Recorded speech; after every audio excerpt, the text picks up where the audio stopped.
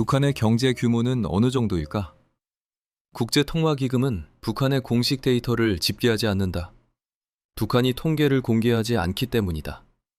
그래서 한국은행이 추정치를 발표한다. 2024년 기준 북한의 명목 GDP는 약 36조 원 수준이다. 이는 한국 경제의 약 1.5%에 불과하다. 서울 강남구의 연간 예산과 비교하면 북한 전체 경제 규모는 약 27배 정도다. 이 작은 경제로 북한은 핵무기를 개발하고 대륙간 탄도미사일을 발사하며 약 128만 명의 군대를 유지하고 있다. 북한 인구는 약 2,600만 명이다. 1인당 GDP는 약 1,400달러 수준으로 추정된다. 한국의 1인당 GDP가 약 3만 3천 달러인 점을 고려하면 약 24배 차이가 난다. 그러나 실제 생활 수준의 격차는 수치보다 더 크다. 평양을 제외한 많은 지역에서는 전력 공급이 불안정하고 밤에는 불빛이 거의 보이지 않는다. 위성사진에서도 이러한 차이는 뚜렷하게 나타난다. 식량 상황도 구조적으로 부족하다. 국제기구들은 북한 인구의 40% 이상이 영양 부족 상태에 있는 것으로 보고 있다. 농업 생산성은 낮고 비료와 농기계가 부족하며 자연재해에도 취약한 구조다. 북한은 경제 규모에 비해 군사비 지출 비중이 매우 높다. 정확한 수치는 공개되지 않지만 여러 분석을 종합하면 GDP의 20에서 25% 수준으로 추정된다. 이는 다른 주요 국가들과 비교해도 매우 높은 수준이다. 핵무기 개발에는 수십억 달러가 투입된 것으로 평가된다. 대륙간 탄도미사일 한 발을 발사하는 데에도 수백만 달러가 소요된다. 북한은 최근 몇 년 동안 수십 발 이상의 미사일을 발사했다. 이 비용은 상당한 인구의 식량 문제를 해결할 수 있는 규모다. 국제사회는 오랜 기간 북한의 경제 제재를 가해왔다.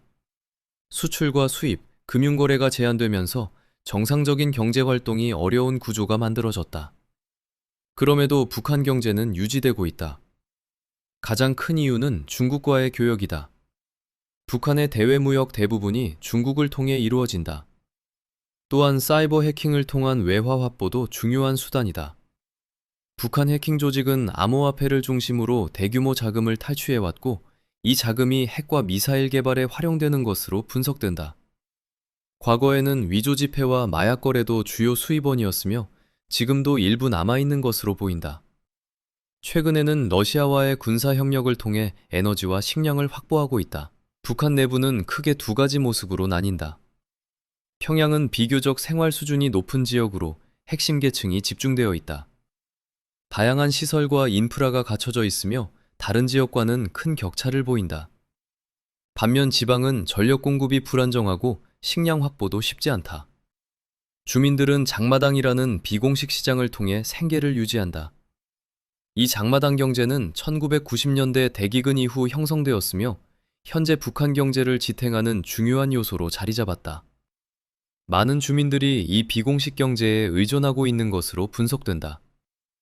최근 북한 경제에서 가장 큰 변화는 러시아와의 관계 강화다. 전쟁이 장기화되면서 러시아는 군수물자가 필요했고 북한은 외화와 자원이 필요했다. 이 이해관계가 맞아 거래가 이루어졌다.